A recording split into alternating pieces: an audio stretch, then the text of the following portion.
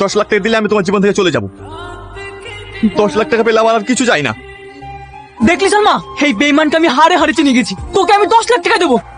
তুই মানুষ না জানোয়ার, তোকে আমি এত ভালোবেসে এত বিশ্বাস করে আমার জীবনের সব কিছু উৎসর্গ করে দিয়েছি, আর সেই তুই সামান্য কিছু টাকার লোভে আমার ভালোবাসা বিক্রি করে দিলি। তুই করে আমার চোখের সামনে দেখে দূরা, তোর মুখ দেখতে আমার ঘৃণা লাগছে।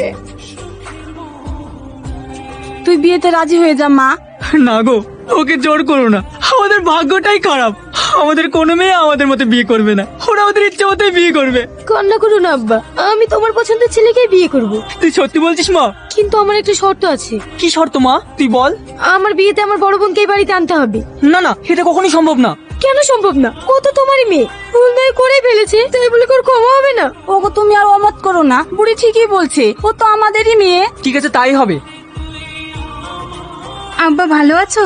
হ্যাঁ ভালো আছি, জামাইকে বসতে দে। জানিস মা, তোকে তোর আব্বা মেনে নিয়েছে, আমি অনেক খুশি। তুমি হয়তো জানো না মা, আব্বা আমাদের অনেক আগেই মেনে নিয়েছে, শুধু মান সম্মানের ভয়ে তোমাদের কাউকে কিছু বলতে পারিনি। আব্বা ছিল বলে আমি আমার সংসারে কোনোদিনও অভাব বুঝতে পারিনি। আমি আবার তোদের জন্য কি করেছি? কেন, টনিকে দিয়ে যে প্রতি সপ্তাহে সপ্তাহে খাবার পাঠিয়ে দিতে, সেইগুলো? আমি টনির হাতে খাবার পাঠিয়েছি? দেখ মা, তোর হয়তো কোথাও ভুল হচ্ছে। আব্বা তুমি আর কত লোকাবে বলো, আজ আমি তোমার জন্যই বেঁচে আছি। তুমি যদি টনির হাত দিয়ে 10 লাখ টাকা না পাঠাতে, তাহলে হয়তো আজ আমি আর বেঁচে থাকতাম না। আমি তোকে 10 লক্ষ টাকা দিয়েছি, আমি তো কিছুই বুঝতে পারছি না। তুই আমাকে সব খুলে বলতো।